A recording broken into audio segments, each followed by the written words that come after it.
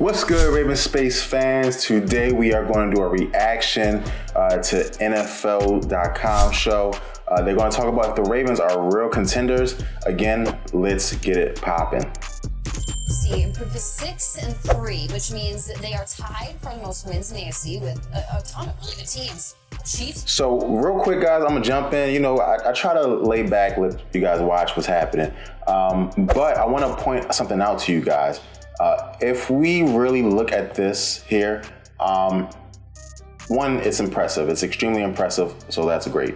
But look at these teams, and there's something I want to call out. We have a real chance to be the number one seed in the AFC. And guys, you know, I know you guys are going to say, Jason, stop over-exaggerating. No, I'm serious. Look at this. We are 6-3. The Jets, the Dolphins, and the Bills all have 6 wins. Now, the Bills and the Dolphins beat us. The Jets did not, right? But the Bills are 0-2 in their division. So here's what's going to happen, guys. They're all going to play each other again. The Bills, the Jets, and the Dolphins all play each other again. So they're going to take some losses here. The Chiefs, there's no way you can tell me they're not going to lose to, for example, the Chargers, if the Chargers get a chance at them, right? Now, the other 2 teams in the division are bad, the Broncos and the Raiders. But the Chiefs might get another loss. All right, if they get 2 losses, guys, and we win out, which we can, we have the easiest record in the remaining schedule. We have a chance at the number 1 seed and home field advantage throughout the playoffs. So that would be awesome. But let me go, and you guys let me know if you think I'm right. Bills, Jets, and the Dolphins. So as we look at this group of teams with a half a dozen wins, where do the Ravens stack up against these other teams in the conference? And where do your eyes go instead of the Ravens on that list? It goes to Buffalo, who the Ravens lost to. And you know, everything's up in the air with this Josh Allen thing. That's why we lead the hour with it. That's why Tom's talking about it. And the Bills are doing what they do, and they're just kind of being mums the word. And so that's another example, guys. Josh Allen's hurt, and he's a reckless player. So you can't tell me that they're not going to lose a couple of games because they're going to sit him. Because, again, Josh Allen throws interceptions, so let's not pretend he doesn't. He's dynamic for sure. He can run, he can pass, but he does throw interceptions. So they're not going to play him and put him in danger. And he's not really as effective if he can't run.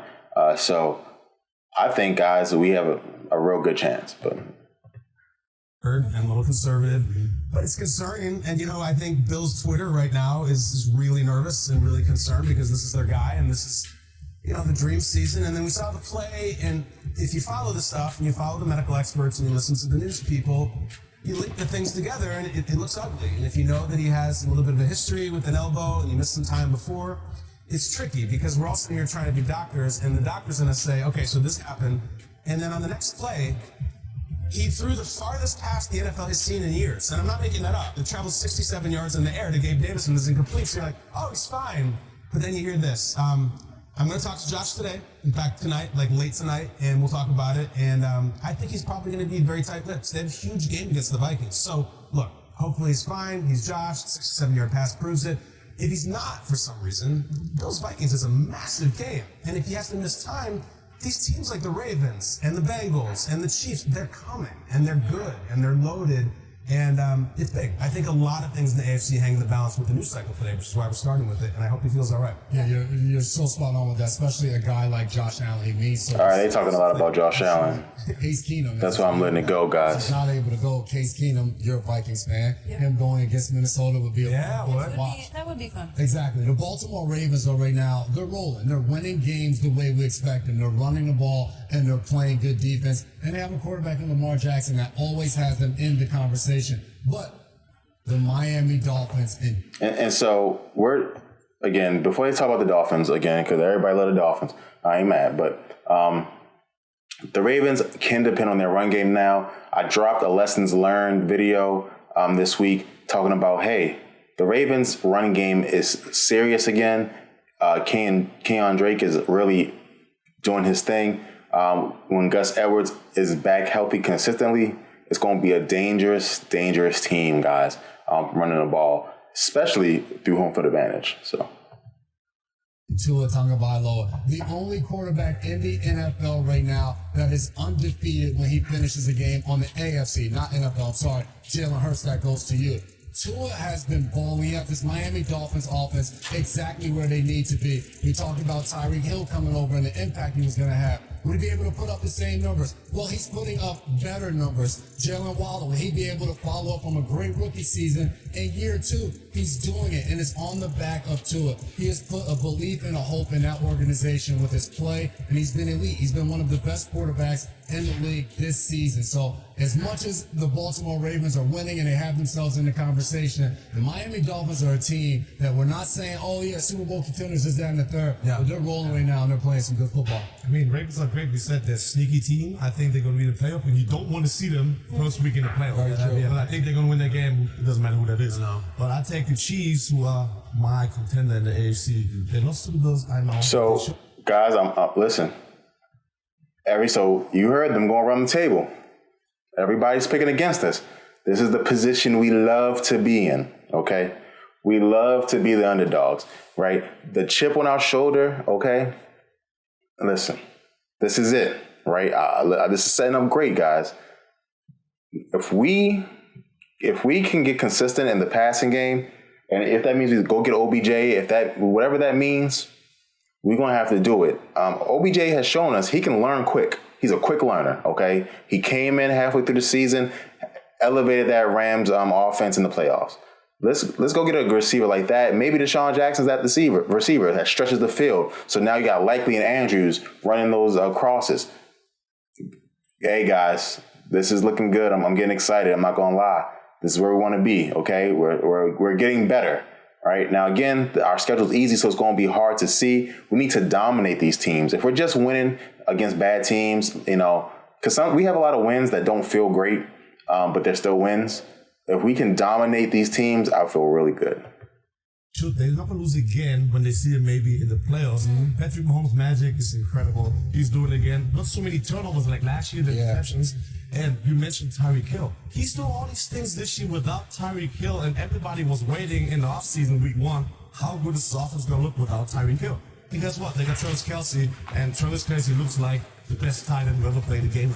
Mm-hmm. It is kind of a fascinating occurrence how this has happened because the Bills started the season absolutely shot out of a cannon for a lot of reasons. They had to face the defending Super Bowl champions, and they had a lot of expectation, and very much they've lived up to that expectation. But Kyle, you nailed it. Like, these teams are coming for them. The Ravens defense in particular, I think, is starting to play at a clip that no one else really wanted this to be happening so far, because earlier in the season it was this really awkward occurrence where you're watching this Ravens team like, this is not what I'm used to for a Harbaugh coach team. They had to change the defensive coordinator. They were giving up 42 points to the Dolphins, 26 to the Patriots. They lost to the Bills. They were giving up games late.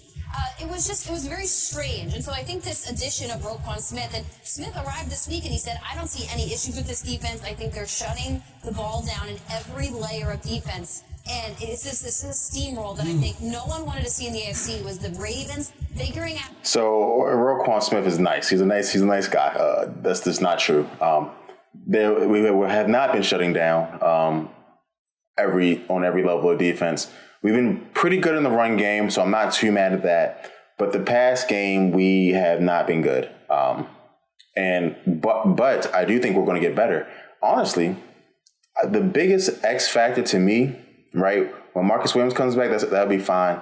But the safeties that we have, Hamilton and Stone, are playing great. Chuck is playing great. When Marcus Peters starts to get that confidence back in his leg, because right now he's again, you guys watch my videos, he's been getting beat. They've been taking that boy deep. But when he starts to get that confidence back in his leg, he's going to be trouble. I'm trying to tell you guys. So that was the biggest X factor. If we can get 2 shutdown corners again, man, we have a chance. Now, returning to Ravens defense of old, and really what we know and love about this team. But I think they have become officially the most dangerous team in the AFC. I think it's well put. There's a lot of dangerous ones, and you're saying no one wants to see them in the playoffs. It's perfect. Bjorn, we have to ask, we all do it in this industry. Did you make a preseason Super Bowl pick? Like, who you think will win the whole thing? I said it was Tampa Bay. You said Tampa Bay. Tampa Oh, Bay. sorry, the Zoom type. I'm looking at over there. We're here. You said the Buccaneers. I thought it was going to be the Chiefs against the Buccaneers. Okay. I'm really still on the You Chiefs. still got hope, though. You still got hope. Some people put the Chiefs I know, out but of the the playoffs. Buccaneers, Houston support. I heard Yeah. Did you hear, Jamie? Some people didn't even put the Chiefs. She brought it up. What did you? Not in the playoffs. Right.